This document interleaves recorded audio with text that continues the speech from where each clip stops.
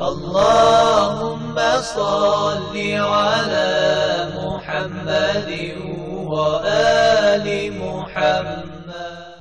A'udhu billahi minash shaitanir rajim, bismillahir rahmanir rahim. En el nombre de Dios el clemente, el misericordioso, la paz de Dios sea con todos sus profetas, desde Adán hasta Muhammad, salawatullah wa salamu alayhim ajma'in. Bueno, venimos hablando del Corán y de su estilo, de su realidad. Estuvimos hablando de la revelación, estuvimos hablando de los distintos nombres que tiene el Corán.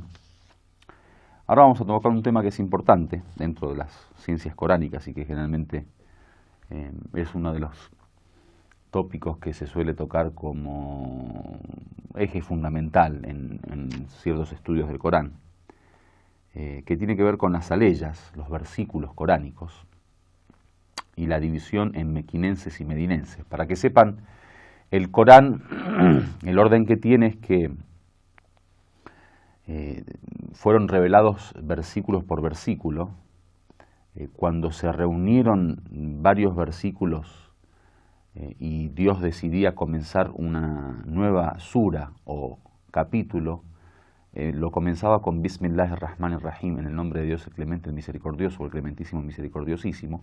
Entonces ese grupo de versículos que se habían revelado con el Bismillahirrahmanirrahim nuevo, eso significaba que era el límite de una nueva sura o un nuevo capítulo. Entonces fueron reuniéndose estos versículos en distintos capítulos que se lo llaman en árabe sura.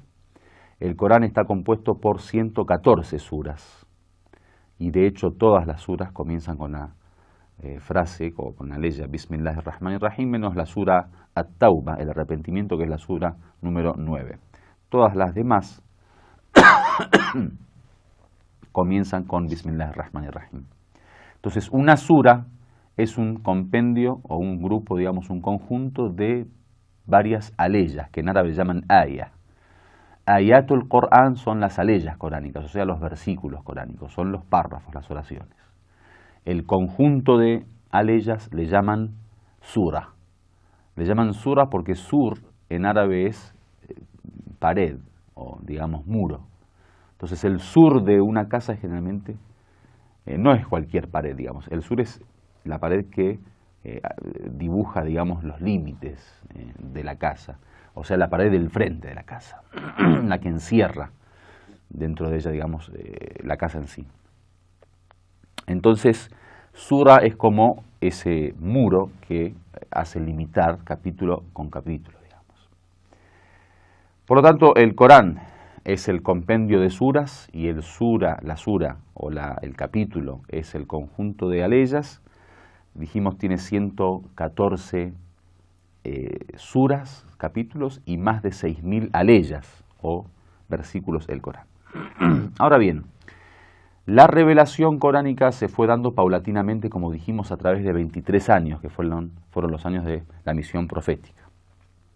Esos 23 años el profeta pasó 10 años en Meca y 13 años en Medina.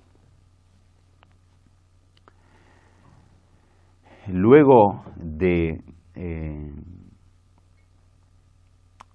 la revelación, este Corán se va a reunir y se va a hacer libro, que eso lo vamos a ir hablando después, digamos, cómo se fue dando el tema de la compilación del Corán en sí. Antes de la compilación eran los versículos que el profeta recibía, digamos, le eran revelados, descendían, y esos versículos después los unía el profeta en estas suras, y así se fue compilando, o digamos, conformando el Corán, que después de la muerte del profeta se va a reunir en un libro. Dijimos de estas dos etapas históricas, Meca y Medina, antes de la égira, o sea, de la emigración del profeta, y después de la égira, de la emigración profética. Perdón, yo dije 10 años en Meca y 13 en Medina. 13 años en Meca y 10 en Medina. Lo tenía dando vuelta, todavía no me había acordado si le había dicho correctamente o no. 13 años de Meca y 10 en Medina. Según fue revelado el Corán, digamos, las aleyas o las ayat, los versículos, se le dio el título de mequinense y medinense a los versículos. Aquellas aleyas o versículos que fueron reveladas antes de la emigración del profeta, se le consideran las aleyas mequinenses, y aquellas que fueron reveladas después de la migración del profeta, de la Égira, digamos, fueron consideradas las medinenses. Entonces, entre Meca y Medina tenemos esta división, digamos, y el tiempo es el criterio de distinción entre aleyas mequinenses y aleyas medinenses. Ahora, ¿por qué esto de la distinción de las aleyas mequinenses y medinenses?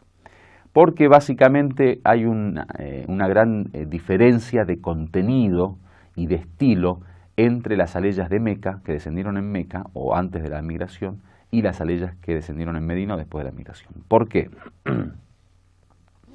Porque la naturaleza de la sociedad de Meca era totalmente diferente. Cuando estudiamos la historia del profeta, ustedes recuerdan que eran dos sociedades totalmente diferentes. La primera, una sociedad incrédula, idólatra, asociadora, con una gran decadencia moral, y luego de la venida del Islam, y luego de la guía, y luego de la aceptación y el haber abrazado el Islam, digamos, muchos de estos árabes, comenzó una nueva etapa de cultura y civilización islámica, es decir, que el profeta se dedicó a construir y a formar una sociedad islámica con nuevos principios, con nuevas costumbres, nuevos usos y nueva realidad social. Es por eso que el discurso divino para la gente de Meca, los habitantes de Meca, es totalmente diferente al discurso divino para los habitantes de Medina. Los requerimientos sociales de la comunidad de Meca son totalmente diferentes a los requerimientos sociales de la comunidad de Medina. El orden, digamos, en las normas y las leyes que requería Medina totalmente diferente de la época de Meca. La Meca preislámica, digamos, y los primeros años del Islam era una Meca totalmente lejana a este espíritu del monoteísmo, mientras que Medina ya era una sociedad islámica en donde comenzaba la ley y la norma a ser parte de la forma de vida de los musulmanes, por lo que ya el discurso divino cambiaba. Por otro lado, los objetivos de la misión profética eran distintos entre Meca y Medina. Ustedes recuerdan que cuando estuvimos hablando de la historia del profeta, en Meca lo que interesaba era que la gente deje de ser asociadores de dioses, idólatras, incrédulos, para que sean monoteístas. Entonces el contenido religioso era simplemente guiarlos hacia Dios, que conozcan a Dios. En Medina ya comienza una cuestión de compromiso legal, de compromiso, digamos, práctico. Ya en Medina había que rezar, había que ayunar, había que peregrinar, había que pagar el quinto, había obligaciones, derechos, había relaciones interpersonales, había transacciones que había que cumplir, digamos, ciertas normas y condiciones. Entonces había cambiado. En Medina, por ejemplo, había un gobierno islámico, había normas que había que cumplir, desde lo legislativo, desde lo ejecutivo, desde lo judicial. En Meca todavía no, se vivía bajo digamos, la ley que gobernaban las tribus y, digamos, la cultura de esa etapa. Por eso, en esta distinción, digamos, que se hace de estas dos aleyas, hay un criterio que es el criterio de contenido. El contenido de Meca, por ejemplo, es un contenido de creencia y doctrina. Se habla del paraíso, se habla del infierno, se habla del día del juicio final, se habla del debate con los idólatras, se jura mucho por Dios y por muchas otras cuestiones, y son de contenido pequeño, o sea, son pequeñas suras y pequeños versículos o aleyas. ¿Por qué? Porque la gente tenía un entendimiento mínimo de esta realidad, entonces había que dar un discurso, digamos, resumido y con un contenido claro.